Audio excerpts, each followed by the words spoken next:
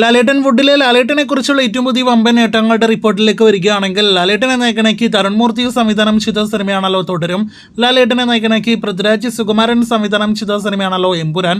March 27-നും May 21-നും ഇടയിൽ തിയേറ്ററുകളിലേക്ക് എത്തിയ ഈ രണ്ട് സിനിമകൾ വഴി കഴിഞ്ഞ 56 ദിവസങ്ങൾക്കിടയിൽ കേരള ബോക്സ് ഓഫീസിൽ മാത്രം തുടരും എമ്പുരാൻ എന്നീ സിനിമകൾ നേടിയെടുത്ത കളക്ഷനെ കുറിച്ചും ഒപ്പം തന്നെ കേരള ഫുട്ഫോൾസിനെ കുറിച്ചുള്ള റിപ്പോർട്ടുകൾ പുറത്തു വന്നിരിക്കുകയാണ്.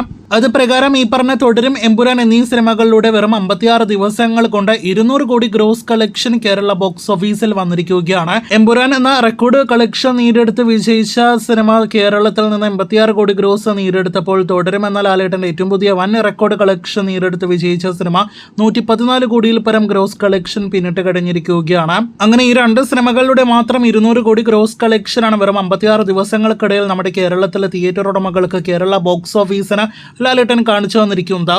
ഈ രണ്ട് സിനിമകളുടെ അവറേജ് കേരള കളക്ഷൻ നോക്കുകയാണെങ്കിൽ പോലും 100 കോടി വെച്ച് വരും. മോളിവുഡിൽ ഇനിയും പല താരങ്ങൾക്ക് കേരള ബോക്സ് ഓഫീസിൽ 100 കോടി പോയിട്ട് വേൾഡ് വൈഡ് ബോക്സ് ഓഫീസിൽ 100 കോടി ഇല്ല എന്ന് ഇവിടെ പ്രത്യേകം ഒരിക്കൽ കൂടി എടുത്ത് പറഞ്ഞുകൊള്ളട്ടെ.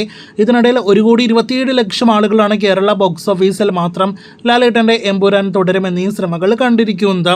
എമ്പുരാൻ തുടരും എന്നീ സിനിമകൾ കഴിഞ്ഞ വർഷം ഒരേ സമയം ഷൂട്ടിംഗ് നടന്ന സിനിമകളാണ്. ചില ദിവസങ്ങളെല്ലാം തന്നെ ഒരു ദിവസം രാവിലെ തുടരും സിനിമയിലെ ബെൻസ് ആയിട്ടാണ് ലാലേട്ടനെ അഭിനയിച്ചതെങ്കിൽ രാത്രിയിൽ ഫൈറ്റ് സീക്വൻസിനായിട്ട് സ്റ്റീഫൻ നെടുമ്പള്ളിയായിട്ട് മാറുന്ന ലാലേട്ടനെ വരെ കഴിഞ്ഞ വർഷം കാണാനായിട്ട് കഴിഞ്ഞു.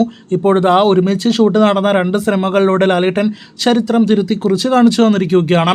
എമ്പുരാൻ ജിയോ ഹോട്ട്സ്റ്റാറിൽ സ്ട്രീം ചെയ്ത് തുടങ്ങിയിട്ട് വരുന്ന 24-ാം തീയതി ഒരു മാസം തികയുകയാണ്. സിനിമയുടെ ജിയോ ഹോട്ട്സ്റ്റാർ സ്റ്റാറ്റിക്സ് റിപ്പോർട്ട് പുറത്തു വരുമ്പോൾ 75 മില്യണിലധികം സ്ട്രീമിംഗ് മിനിറ്റ്സ് ആണ് എമ്പുരാൻ ജിയോ ഹോട്ട്സ്റ്റാർ വഴി നേടിയെടുത്തിരിക്കുന്നത്. അതായത് 7.5 കോടിയിലധികം സ്ട്രീമിംഗ് മിനിറ്റ്സ്. അപ്പോൾ ജിയോ ഹോട്ട്സ്റ്റാറിലൂടെ വളരെ മികച്ചൊരു വ്യൂ കൗണ്ട് എമ്പുരാൻ നേടിയെടുത്തു എന്ന കാര്യത്തിൽ സംശയം വേണ്ട. ഹിന്ദി ഡബ് ഇല്ലാതെയാണ് ഈ പറഞ്ഞ സ്ട്രീമിംഗ് മിനിറ്റ്സിലേക്ക് എമ്പുരാൻ ജിയോ ഹോട്ട്സ്റ്റാറിൽ എത്തപ്പെട്ടിരിക്കുന്നത്. നാളെ സിനിമയുടെ ഹിന്ദി ഡബും റിലീസാകും.